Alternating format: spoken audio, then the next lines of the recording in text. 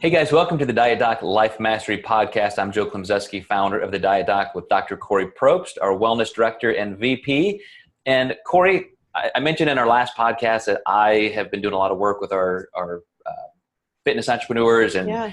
one of the things I love about this is I get to strategize. I'm creating an entire curriculum and I've got all these things I know that are going to just impact their lives. And I love this long game because, it's almost, the experience after 30 years in this industry, there's almost a parental role sometimes. You can sit down and say, okay, I know this is where you are developmentally and these are what your needs. And I know we're going to get over here, but we still can't miss those critical steps along the way. And they're back here, just they want the next thing and they just want to go. Yeah. And I know it's a process and there has to be some level of patience, but it's very difficult at times. And so as a health psychologist, how do you help to articulate that to your clients?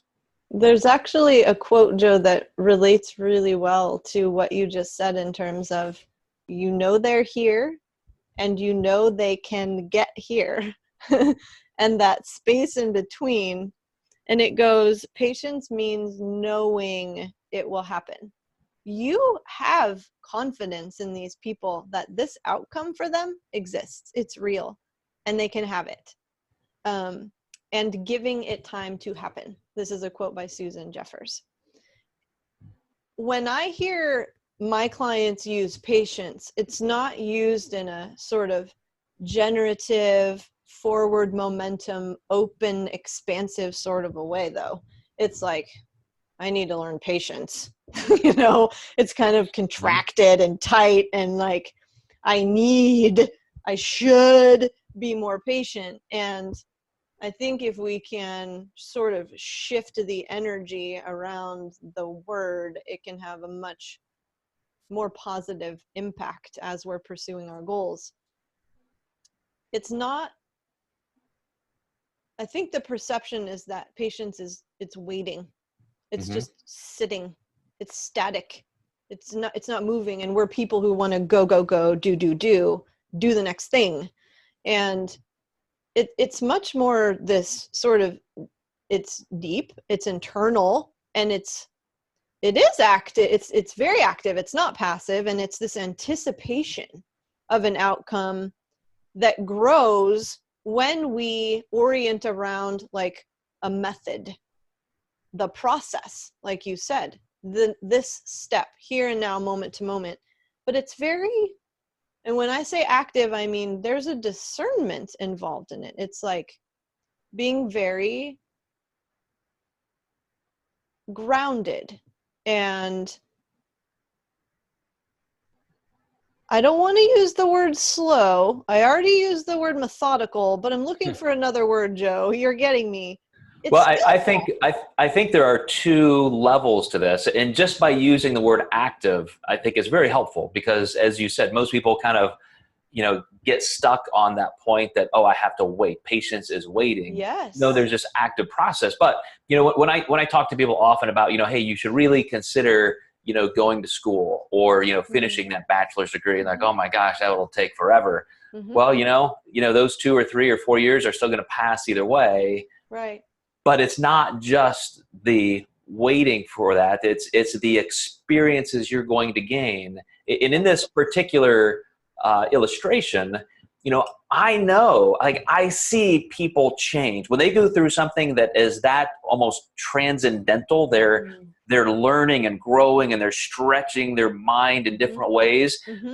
I can see after that process how much they've changed, how they have become such a richer person. Yeah. And so it's not that, hey, look, you finally crossed the finish line. Yay, high five. You were patient and now your patience was rewarded. No, it's everything that actively happened in the middle that made the difference. And I think that's the mistake that we make. We watch people and we see them at the beginning and we see them at the end, but we don't see everything that occurs in the middle between the starting point and, if we want to call it, the ending point. And I like what you just said, because the root word, Joe, of patience, pati, the PATI means endurance. That's active. Endurance is active. And it means experience, to endure, to undergo, and to experience.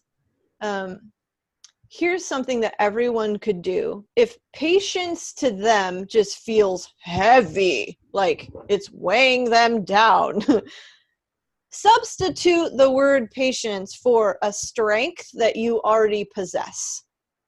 Make that switch. Call it integrity. Call it supportive. Call it tolerance. Call it temperance. That's one of my favorite words. Instead of patience is temperate.